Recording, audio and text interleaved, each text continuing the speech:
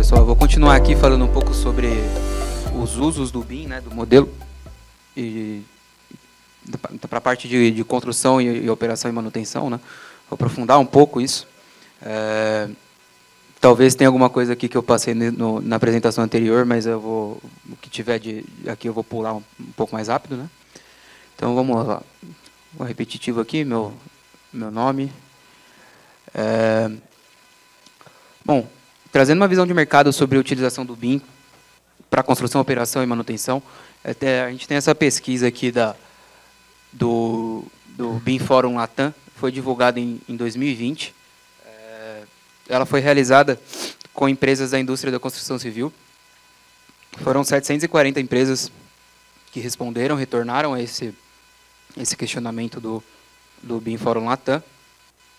E a gente tem alguns resultados que embasam um pouco o que eu vou apresentar, né?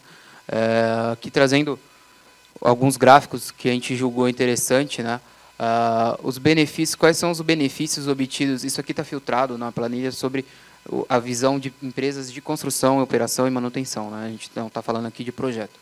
Então, quais são os benefícios obtidos, os principais benefícios obtidos com a utilização do trabalho em BIM, né? Então, a gente nota aqui que o principal, o que mais foi respondido aqui sobre benefícios obtidos dentro da organização foi em relação a clientes, né, a parte comercial, eu poder trazer um possível ganho em cima de uma nova comercialização de um projeto, por exemplo. E também a gestão de qualidade das obras entregadas quando utilizado o BIM. Entendendo sobre o empreendimento, né, sobre o negócio, a qualidade e segurança do projeto foi o que foi mais respondido sobre o benefício que obtém com a utilização de BIM na etapa construtiva. Benefícios atingidos, a gente tem aqui que a maior percepção que entre o benefício que foi muito atingido e uma fração de atendimento do benefício atingido, né? E o ROI percebido maior foi que a utilização do BIM é positiva em 69,4% das empresas. Referente ao tipo de uso, né, a gente vê aqui que o projeto ainda é o uso maior do BIM aqui, né, 98%, mas a gente tem o planejamento aqui muito próximo, 77%, e construção com 42%. A operação ainda a gente está iniciando, né, a gente não tem muito case no mercado sobre operação de ativos utilizando metodologia BIM, mas construção aqui, planejamento, a gente já tem um número relevante. Benefícios gerados no projeto em relação a trabalho com empreiteiras e subempreiteiras. O que o BIM contribui ou não, né, nesse trabalho com empreiteiras e subempreiteiras. Então, ficou bem parecido aqui, mas o que mais aparece aqui é referente a custos, né, e a eficácia de custos, uma parte de inovação, prazos e qualidade dos projetos. Fatores que atrasam a decisão de implementar o BIM, aí de novo, né, em questões de construção, operação e manutenção. O principal aqui, o custo necessário, né? Então, a percepção de mercado é que o custo necessário para quem implemente o BIM no canteiro, ou na minha operação, ou na minha manutenção, é que o custo é muito alto. Isso ainda é uma percepção muitas vezes de ferramenta, também de custo de hora que eu preciso para implantar isso, né? Falta de compreensão do BIM, né? Então, a gente vê que isso é muito presente, principalmente quando a gente fala da construção e operação, né? Quando a gente fala de projeto, ainda já está um pouco mais institucionalizado, mas na parte construtiva, ainda tem bastante gente que não sabe nem do que se trata, né? E os contratos atuais não tratam a temática, né? Isso que o pessoal que trabalha em BIM, a gente sabe, edital chega, não tem muita clareza sobre a utilização. Agora, com a BIM-BR, a gente tem tido mais contato com editais que solicitam BIM, mas também não são muito claros quanto ao que precisa, né? E qual que é a relevância e importância do BIM nos próximos 5 anos, né? 19%, quase 20% aqui, que é muito alto, e elevado 40,7%. Então, baixo o que seria de importância baixa, que tem só apenas 5% do público respondeu. Então, trazendo o porquê que a gente está abordando isso, né? A estratégia BIM-BR, ela define 3 fases de implantação, né, do BIM. Então, a partir de janeiro de 21, a gente foi colocado aqui a fase de projetos, onde a gente tem algumas instituições no cenário ali público que recomenda-se a utilização de projetos em BIM, né, de design e concepção em BIM. A partir de janeiro do ano que vem, a gente tem a fase de construção da estratégia BIM-BR, onde a gente precisaria complementar a etapa de obra com o planejamento da execução, orçamentação e atualização dos modelos para a etapa de as-built na obra. Tá? Isso é o que determina a estratégia BIM-BR. E a partir de janeiro de 28, a etapa de operação. Então, a partir de janeiro de 28, a estratégia BIM-BR 10306, ela determina que a gente consiga atender todo o ciclo de vida, incluindo as atividades de pós-obra, para construções novas, reformas, ampliações, reabilitações, para obras de média e grande relevância, implantação de serviços de gerenciamento e manutenção, após a conclusão da obra com o BIM. Ou seja, em janeiro de 2028, daqui a aproximadamente 4 anos, a gente vai ter que começar a utilizar, a gente não, né, o owner, né, o cliente final, o contratante final vai ter que começar a utilizar o modelo, tudo que a gente fez aqui atrás, para operar os seus ativos. Né? É importante, de relevância, a gente tratar isso, porque a gente viu lá na percepção de mercado de 2020, que apenas, se eu não me engano, 6% do público respondeu que atua com a operação de obra no BIM. Né? Então, a gente tem um pulo gigantesco aqui para chegar nisso aqui em 4 anos. Aqui, de novo, a planilha da Penn State, né, eu mostrei na apresentação anterior, um pouco sobre os produtos que a gente entrega, o portfólio de produtos dentro de processos cruzando aqui, né, a etapa do projeto e qual é o tipo do produto. Né? Então, parte de planejamento 4D. Vou passar um pouco mais rápido aqui que eu falei no anterior, mas atrelar o cronograma do modelo da construção, possibilitando uma visualização, uma virtualização desse modelo, com o objetivo de analisar o cronograma, possibilitando encontrar consistências, desvios, etc. A gente vai pegar o modelo, o cronograma, fazer a integração dos dois, análise de inconsistências e atualização periódica. Né? Então, se eu tenho uma obra que eu tenho o planejamento rodando semanalmente, eu vou ter que fazer essa atualização do 4D também semanalmente, e assim por diante. Importante imputar avanços físicos do cronograma também. Pontos de ascensão, consistência do modelo BIM e o pareamento entre a AP e a AM. Né?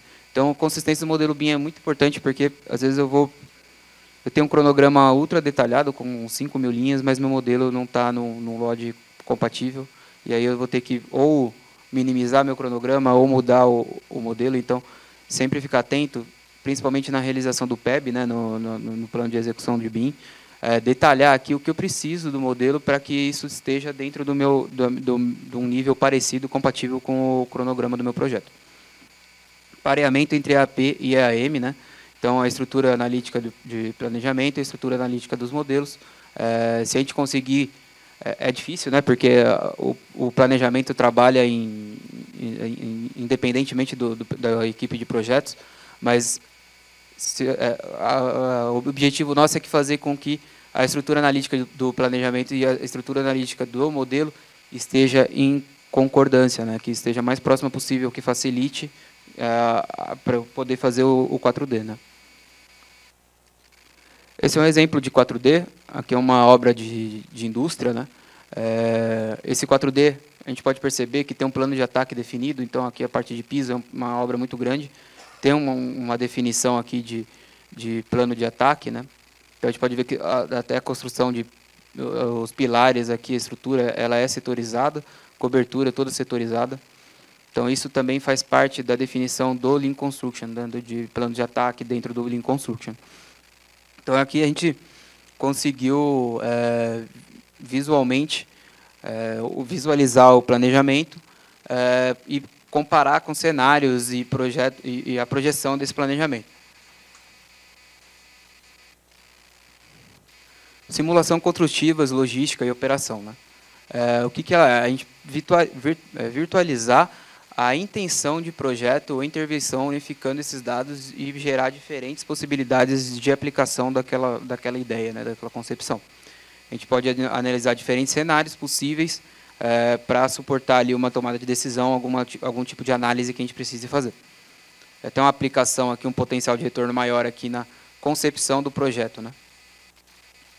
Pontos de atenção, baixa complexidade de projeto, a gente não tem por que fazer isso em projetos de baixa complexidade, e poucas opções de intervenção, então tenho diretrizes um pouco mais definidas, eu não preciso ficar simulando construções. Aqui é um exemplo de um porto, né? A gente realizou umas simulações de plano construtivo, facilitando a visualização desse plano de ataque de obra. Então aqui é como se fosse um 4D, mas é voltado para semestres, né, para visualizações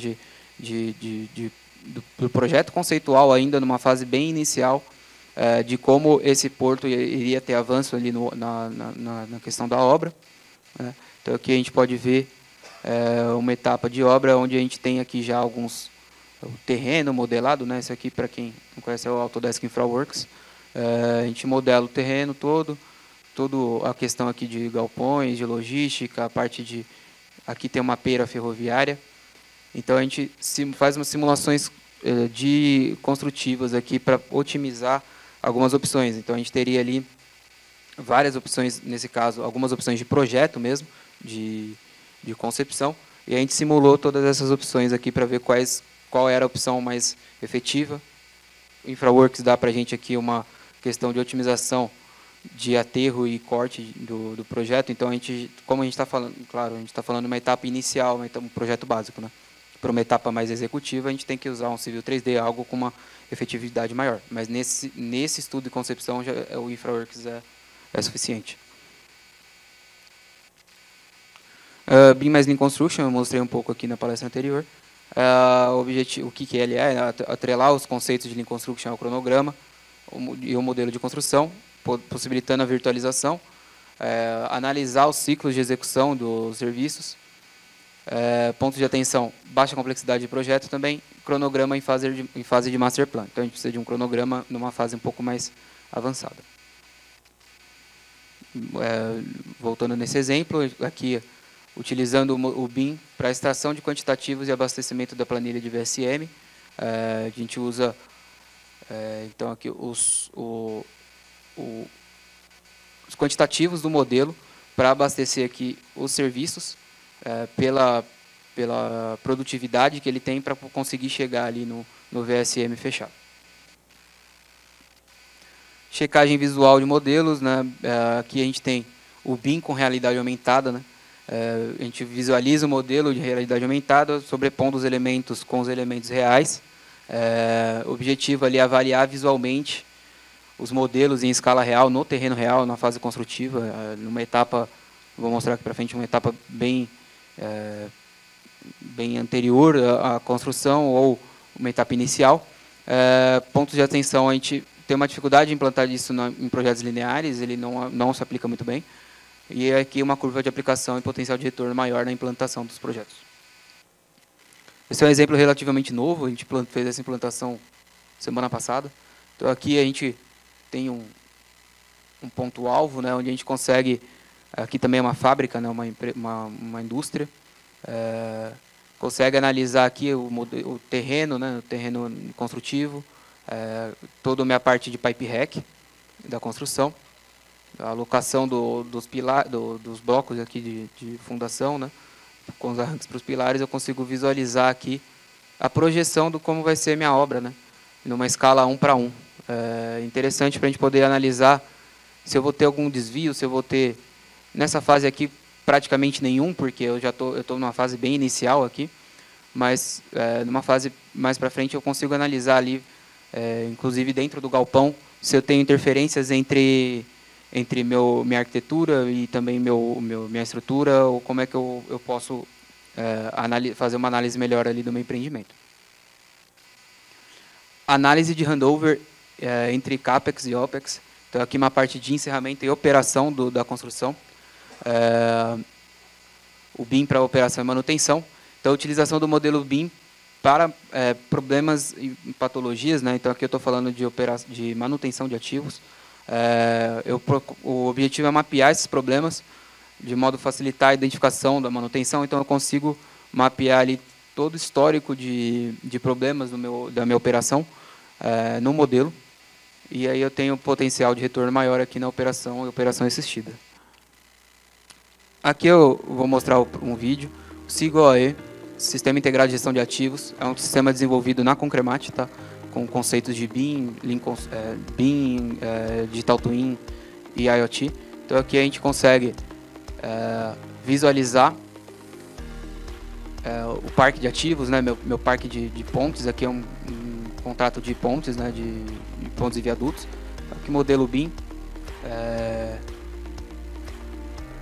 Levantamento cadastral, a gente falando de pontes, principalmente em São Paulo, aqui não tem muita documentação, são pontos ativos muito antigos, então a gente faz todo o levantamento com laser scan. Aqui, para quem conhece São Paulo, é a ponte da Santa Ifigênia. Tudo isso aqui é feito com nuvem de pontos, a partir de laser scan. Estou aqui mostrando a nuvem de pontos, né?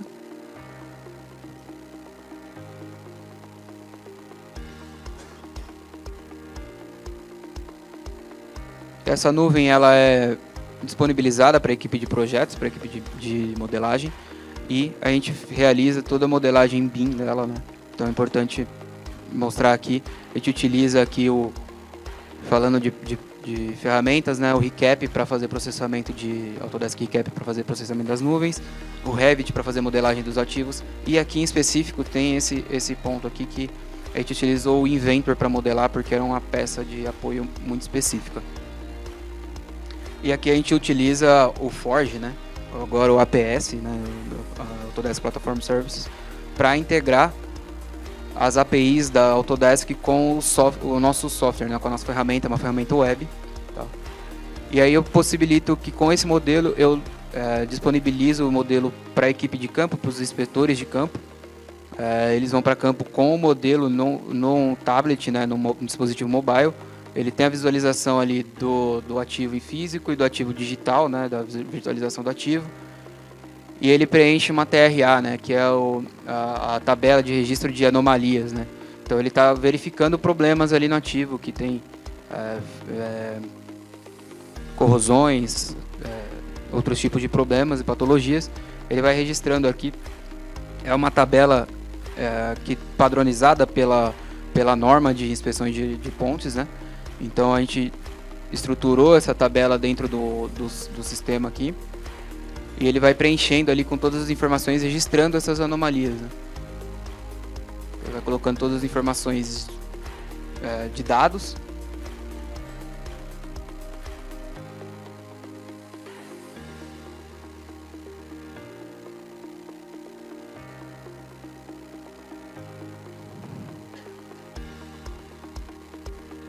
É importante, ele coloca o nível de alerta dessa anomalia e registra ali com imagem, né, uma foto da anomalia, que é só um exemplo, mas a gente vai mostrar um pouco mais pra frente uma foto detalhada da anomalia, do problema.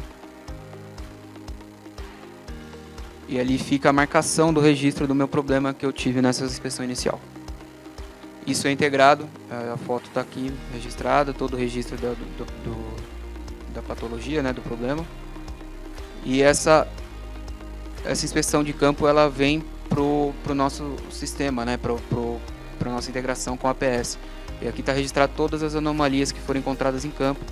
As cores representam a criticidade dessa anomalia, todo o registro dessa anomalia do problema. A foto, o anexo aqui eu tenho uma foto. Então aqui eu tenho o problema registrado, né, qual é a evidência desse problema. Tá? Também consigo cadastrar e rastrear os ensaios. Então, nessas inspeções que a gente faz, em algumas vezes a gente precisa extrair algum corpo de prova, precisa fazer um ensaio com ultrassom, algum tipo de ensaio não destrutivo. Então, para eu registrar onde foi feito esse ensaio, eu consigo também aqui registrar o ensaio, né? Por exemplo, aqui a gente está demonstrando com ultrassom.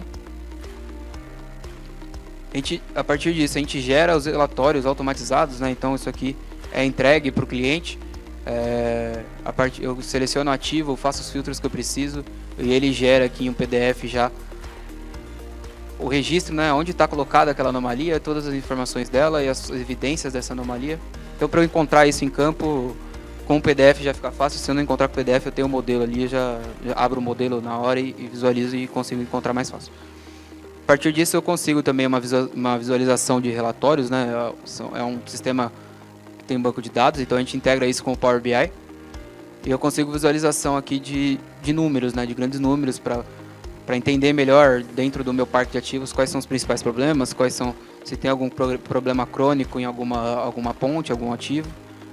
E qual é o nível de criticidade que eu estou com o meu parque de ativos, né? Se eu tenho um parque de ativos que eu tenho muito mais problemas críticos, eu tenho um parque de ativos mais problemático. Definição de metodologias de recuperação para tratamentos. Então essas anomalias vão para a equipe de escritório, para a engenharia, e eles definem ali quais são os tratamentos que eles, para cada, visualizam, né? Qual é a patologia, qual é o problema, e definem qual é o tratamento que eu preciso fazer, que o cliente precisa fazer para recuperar esse problema, né? Então ele vincula ali, a gente tem uma base aqui de mais de 5.000 insumos carregados, composições de serviço, e dentro do tratamento tá essas composições, esses insumos, e eu atrelo aqui a quantidade de tratamentos que eu preciso para recuperar esse ativo.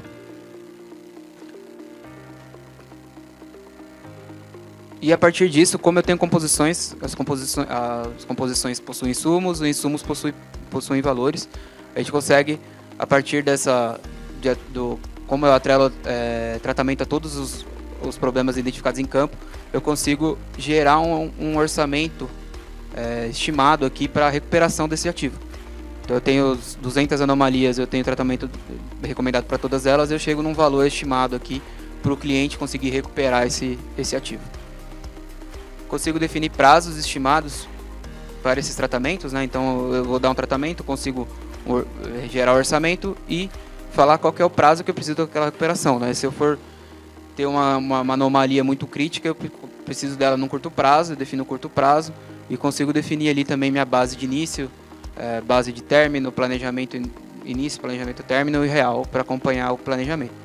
E o sistema gera ali um gráfico de Gantt, tá? Mostrando para a gente visualmente onde eu tenho serviços alocados, né? Qual é a data que eu vou ter algum serviço, e também visualização de calendário, né?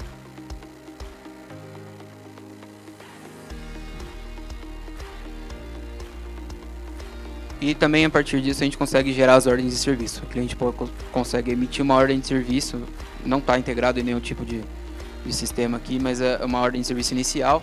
A gente consegue definir quais são as atividades que eu vou executar. Ele gera aqui o PDF, né? Onde é possível que eu encaminhe para minha prestadora de serviço, já com a atividade a ser executada. E eu também consigo acompanhar o status da SOS, né? Então a ordem de serviço está registrada. Por exemplo, eu fui para campo com 10 anomalias a serem atendidas, uma foi impossibilitada por algum problema de campo. Eu consigo aqui